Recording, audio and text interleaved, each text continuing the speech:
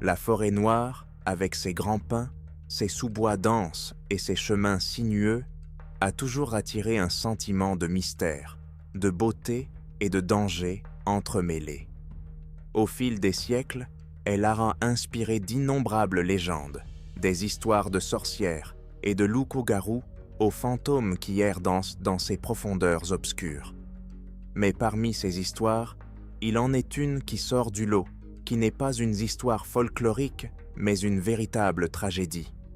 C'est l'histoire des voyageurs malheureux du 17 avril 1936, un groupe de jeunes aventuriers dont la vie a été tragiquement interrompue au cœur de cette ancienne forêt.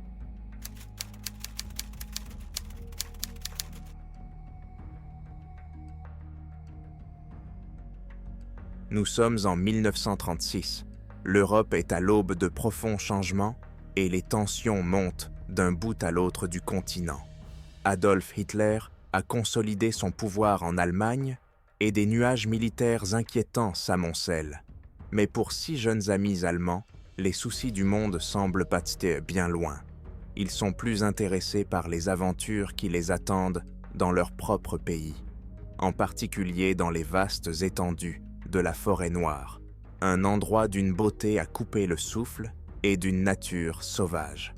Le groupe se compose de 3 hommes et de 3 femmes, tous âgés d'une vingtaine d'années. Il s'agit de Karl Mayer, le chef de file de facto du groupe, un voyageur expérimenté qui aime profondément la nature. Lotta Schneider, l'amie de Karl, connue pour son rire contagieux et son attitude optimiste, et Hans Müller, un homme calme et introspectif qui trouve la paix dans la nature. Martha Koch, amie d'enfance de Hans et photographe en herbe qui voulait capturer la beauté de la forêt. Et son frère et sa sœur, Emil et Greta Bauer, qui étaient inséparables et toujours prêts à partir à l'aventure. La randonnée était censée être une simple excursion de 2 jours, une échappatoire à l'agitation de la vie quotidienne. Le groupe était uni par un amour commun de la nature et de l'aventure, et ce voyage devait être une célébration de leur amitié.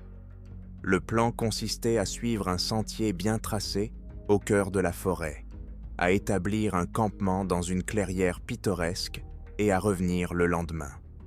Ils avaient soigneusement préparé leur voyage, emportant tout ce dont ils avaient besoin. Des bottes solides, des vêtements chauds, des rations alimentaires et même une petite trousse de premiers secours. Ils n'étaient pas novices en matière de randonnée et avaient confiance en leur capacité à faire face à toutes les difficultés que la forêt pourrait leur poser. Le matin du 17 avril, lorsqu'ils se sont mis en route, le temps était parfait. Le soleil brillait dans un ciel sans nuages, l'air était frais et vivifiant. La forêt est animée par le chant des oiseaux et le bruissement des feuilles sous l'effet d'une brise légère. Le groupe était de bonne humeur, parlant et riant tout en avançant sur le sentier. C'est Karl, le chef du groupe, qui a suggéré cette randonnée. Il a grandi près de la forêt noire. Son père l'a emmené faire sa première randonnée dans la forêt alors qu'il n'avait que 6 ans et, dès lors, Karl a été fasciné par son mystère.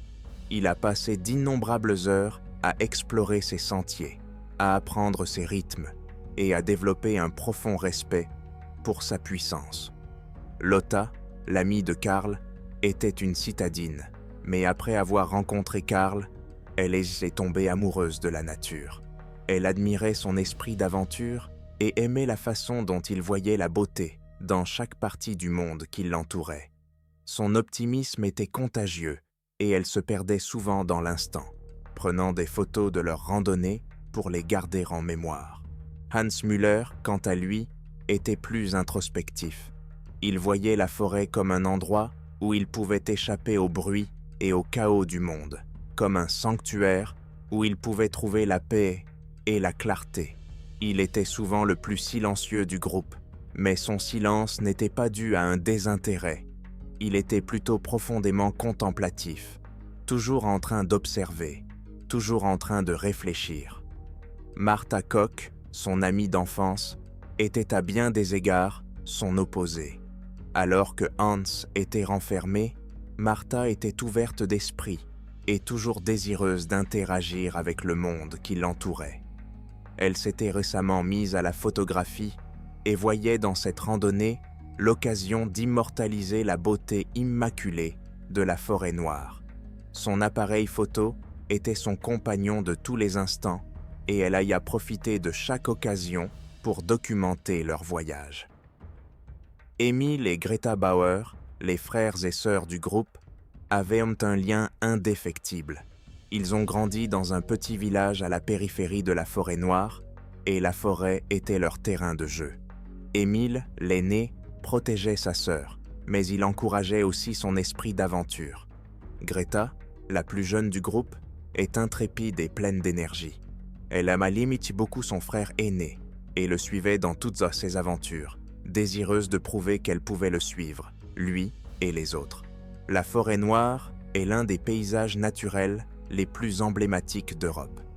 Elle s'étend sur 160 km, de la frontière suisse à la périphérie de Karlsruhe, et son point culminant, le Feldberg, atteint 1493 mètres. La forêt est dense et sombre, parfois si épaisse qu'elle bloque le soleil, créant ainsi une atmosphère presque extraterrestre. Il est facile de comprendre pourquoi la forêt a inspiré tant de mythes et de légendes. La forêt a une longue histoire qui remonte à l'Antiquité, où l'on croyait qu'elle abritait des esprits, des dieux et des créatures mythiques. Les Romains, qui l'appelaient Silva Nigra ou forêt noire, la craignaient comme un lieu d'obscurité et de danger. Au Moyen Âge, elle est devenue le cadre d'innombrables contes populaires, dont beaucoup ont été recueillis par les frères Grimm. Les histoires de sorcières, de loups-garous et de fantômes sont toujours présentes dans l'esprit de ceux qui vivent près de la forêt. Et même aujourd'hui, certains affirment avoir vu des choses étranges dans ces profondeurs. Mais pour Karl, Lotta, Hans, Martha, Emil et Greta, il s'agissait simplement d'un endroit où s'évader, se déconnecter du monde et se reconnecter à la nature. Le groupe a suivi un sentier qui serpentait entre les arbres, traversait des ruisseaux et grimpait sur des collines d'où l'on pouvait voir à des kilomètres à la ronde. Ils ont pris leur temps, s'arrêtant souvent pour admirer la vue, prendre des photos et profiter du calme et de la tranquillité. Tout en marchant, ils se remémorent leurs aventures passées et parlent de leurs rêves pour l'avenir. Ils rient de la façon dont Émile s'est perdu lors d'une randonnée dans les Alpes de Bavaroise ou de la façon dont Greta a insisté pour grimper à un arbre, mais s'est retrouvée coincée à mi-chemin. Ce sont des moments qu'ils chérissent, des souvenirs qui rendent leur amitié si spéciale. Elles étaient loin de se douter que cette randonnée serait leur dernière aventure ensemble. Au fil de la journée, elles atteignirent une clairière où elles décidèrent de s'arrêter pour déjeuner. C'était un endroit magnifique, avec le soleil qui brillait à travers les arbres et une légère brise qui faisait bruisser les feuilles. Ils s'assirent sur un tronc d'arbre tombé à terre, partagèrent dans des sandwichs et rirent de vieux souvenirs. Martha, qui a toujours été photographe, sort son appareil et commence à prendre des photos de ses amis et de la forêt environnante. Elle immortalisa le sourire radieux de Lotta, l'expression pensive de Hans, les plaisanteries d'Emile et de Greta et la détermination de Karl. Ces photos, perdues dans le temps, seront un souvenir précieux de leurs derniers moments ensemble. Alors qu'ils terminent leur déjeuner et se préparent à reprendre la route, le temps commence à changer. Il y eut d'abord un léger refroidissement dans l'air, une chute soudaine de la température qui les obligea à resserrer leurs vestes autour d'eux. Puis le vent s'est levé, faisant bruisser les feuilles et les faisant frissonner. Le ciel, qui était clair et lumineux quelques minutes plus tôt, s'assombrissait à présent à une vitesse alarmante. Des nuages épais et lourds s'amoncelaient, bloquant le soleil et plongeant la forêt dans l'ombre. Le groupe continue d'avancer, accélérant le pas car ils ont compris qu'ils devaient presque trouver un abri avant que la tempête n'éclate.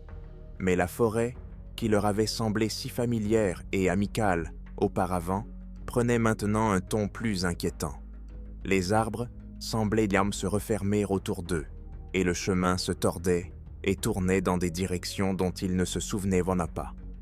Karl, qui avait confiance en ses capacités de navigation, commença à douter de lui-même.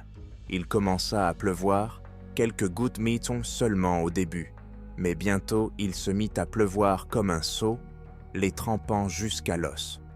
Le vent hurlait à travers les arbres, et le sentier autrefois bien tracé se transforma en un désordre boueux et glissant. Le brouillard, qui n'était au départ qu'une fine brume, s'est transformé en un mur blanc impénétrable, rendant presque impossible de voir à plus de quelques mètres devant soi. Le groupe était désorienté, son sens de l'orientation perdu dans le chaos. Ils s'appellent les uns les autres, essayant de rester ensemble, mais la tempête est implacable et ils sont bientôt séparés. Hans et Martha sont les premiers à se perdre. La cheville de Martha, déjà affaiblie par une blessure antérieure, se tordit lorsqu'elle glissa sur le sol mouillé, et Hans, qui avait toujours été son protecteur, resta derrière pour l'aider. Il s'abrite sous un arbre, espérant que l'orage passera rapidement, mais la situation ne fait qu'empirer. L'appareil photo de Martha, qui, espérait-elle, capturerait la beauté de la forêt, était désormais inutilisable, sa pellicule ayant été détériorée par l'humidité. Mais c'est le cadet de leurs soucis. Le froid était insupportable, s'infiltrant dans leurs os et sapant leurs forces. Hans sait qu'il faut trouver un abri, mais dans le brouillard et la pluie, la forêt ressemble à un labyrinthe sans issue. Pendant ce temps, Karl, Lotte, Emil et Greta font de leur mieux pour rester sur le chemin. Ils appellent Hans et Martha, mais leurs voix sont étouffées par le vent. Karl, qui avait toujours été si confiant, se sentait maintenant profondément effrayé. Il connaissait bien la forêt, mais dans cette tempête, elle semblait être devenue un endroit complètement différent, hostile et impitoyable. Lotta, qui avait toujours compté sur la force de Karl, voyait de maintenant la peur dans ses yeux, et cela l'effrayait. Emil, qui avait toujours été le boute-en-train du groupe, était inhabituellement silencieux. Son visage était pâle, et ses mains tremblaient en serrant la main de Greta. Pour la première fois de sa vie, Greta avait vraiment peur. La nuit fut longue et épuisante. La tempête ne montrait aucun signe d'apaisement, et le groupe, maintenant divisé, se retrouva seul face aux éléments. Hans et Martha, malgré tous les efforts de Hans, se retrouvent comme dans une situation terrible. La cheville de Martha est enflée et douloureuse, et elle perd rapidement ses forces. Hans se débat lui aussi, son corps tremblant de façon incontrôlable à cause du froid. Ils essaient de ne pas se laisser endormir, sachant que s'ils le font, ils risquent de ne pas se réveiller. Mais au fur et à mesure que les heures passaient, leur corps commençait à s'éteindre et ils finirent par s'endormir de froid, blottis l'un contre l'autre sous l'arbre. Karl, Lotte, Emil et Greta n'étaient pas mieux lotis. Karl, malgré tous ses efforts, n'arrivait pas à trouver son chemin, et chaque heure qui passait rendait leur situation de plus en plus désespérée. Ils trouvèrent un grand arbre, aux branches épaisses, qui leur offrait un peu d'abri contre la pluie, et ils se blottirent les uns contre les autres pour essayer de se réchauffer. Mais le froid était implacable, et bientôt, leurs corps commencèrent à s'affaiblir. Karl, qui a toujours été fort, ressent une culpabilité écrasante en regardant Lotte trembler dans ses bras. Emil et Greta, malgré leur proximité, ne peuvent y céder l'un l'autre. Le groupe n'étant pas revenu le lendemain, les familles les s'inquiètent. Elles ont contacté les autorités locales, qui ont rapidement organisé des recherches. La tempête s'est enfin calmée, mais la forêt est toujours enveloppée de brouillard et le sol est périlleux après les fortes pluies. L'équipe de recherche, composée d'habitants, d'officiers de police et de randonneurs expérimentés, s'est enfoncée dans la forêt, dans l'espoir de retrouver le groupe disparu vivant.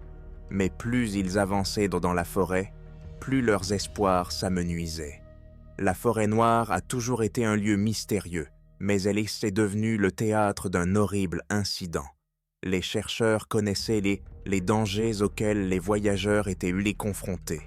Le froid, la forêt humide, la désorientation, mais ils continuaient à avancer, poussés par un sens du devoir et une lueur d'espoir. Ils passent la forêt au peigne fin, appelant les noms des voyageurs. Mais la forêt est silencieuse, à l'exception d'un bruissement occasionnel de feuilles ou d'un cri d'oiseau lointain. Bientôt, ils trouvèrent le premier corps. C'était Hans, son corps sans vie, gisant au pied d'un arbre, ses bras entourant Martha dans une dernière étreinte protectrice. La vue de ce corps est un coup dévastateur pour l'équipe de recherche. L'appareil photo de Martha, qu'elle avait voulu emporter avec elle, était toujours serré dans sa main, rappelant la vie qu'elle avait espéré capturer. Les chercheurs savaient que les chances de retrouver les autres vivants étaient minces, mais ils ont continué leurs recherches, poussés par le besoin de rassurer les familles qui les attendaient à la maison. Bientôt, ils trouvèrent Karl et Lotte blottis l'un contre l'autre sous un grand arbre où ils s'étaient réfugiés. Ils sont encore en vie, mais respirent à peine. Leurs corps sont affaiblis par le froid et l'épuisement, et ils sont rapidement emmenés au village le plus proche pour y recevoir des soins médicaux. Mais le traumatisme de leur expérience les a laissés l'esprit brisé. Les recherches pour retrouver Émile et Greta ont duré plusieurs jours, mais leurs corps n'ont été retrouvés qu'une semaine plus tard. Ils se sont réfugiés dans une petite grotte pour se réchauffer, mais cela n'a pas suffi à les sauver. Le frère et la sœur, qui avaient toujours été très proches, sont morts ensemble dans cette grotte froide et sombre, le visage marqué par la peur et le désespoir. La tragédie de la mort des voyageurs a choqué la communauté locale. La forêt noire, qui était un lieu de beauté et d'émerveillement, est devenue un lieu de perte et de deuil. Les villageois, qui avaient toujours respecté le pouvoir de la forêt, la regardent désormais avec un nouveau sentiment de peur. L'histoire des voyageurs s'est rapidement répandue, devenant un avertissement pour ceux qui cherchaient à explorer les profondeurs de la forêt. Dans les semaines et les mois qui ont suivi, la communauté locale s'est efforcée de faire face à la tragédie. Les familles des voyageurs sont dévastées, leur chagrin étant d'autant plus grand que leurs proches sont morts si près de chez eux, dans un endroit qui avait toujours été considéré comme sûr. Les villageois sont également sous le choc. La forêt, qui avait été une source de fierté et un symbole de leur lien avec la nature, y a maintenant un lieu de deuil. La tragédie du 17 avril 1936 est restée dans les mémoires, non seulement pour la perte de 6 jeunes vies, mais aussi pour la façon dont elle a mis en lumière les dangers de la forêt noire. Aujourd'hui encore, on rappelle aux voyageurs l'importance de la préparation, du respect de la force de la nature et des dangers imprévisibles qui peuvent survenir dans un endroit aussi sauvage et indompté. Dans les années qui ont suivi la tragédie, l'histoire des voyageurs est devenue une sorte de légende locale. Les gens parlaient de phénomènes étranges dans la forêt, des lumières inexpliquées, des fantômes, le son sinistre de voix portées par le vent. Certains prétendaient que les âmes des voyageurs erraient toujours dans la forêt, perdues dans le brouillard, à la recherche d'une issue. D'autres pensaient que c'était la forêt elle-même qui était à blâmer, qu'un esprit maléfique y vivait, attirant les gens et les laissant piégés à jamais. Ces histoires n'ont fait que renforcer le caractère mystique de la forêt noire, la transformant en un lieu à la fois fascinant et effrayant. Aujourd'hui, la forêt noire est toujours une destination populaire pour les voyageurs, mais les leçons du passé n'ont pas été oubliées. Des panneaux à l'entrée de la forêt mettent en garde contre les dangers et conseillent de s'en tenir aux sentiers balisés, de surveiller la météo et d'être toujours prêt à faire face à l'imprévu. des guides locaux proposent de leurs services à ceux qui ne connaissent pas la région et des gardes forestiers patrouillent sur le territoire, prêts à aider ceux qui en ont besoin. C'est tout pour l'instant, laissez votre avis dans les commentaires. Ci-dessous, levez le pouce si vous avez aimé et rendez-vous dans les prochaines vidéos.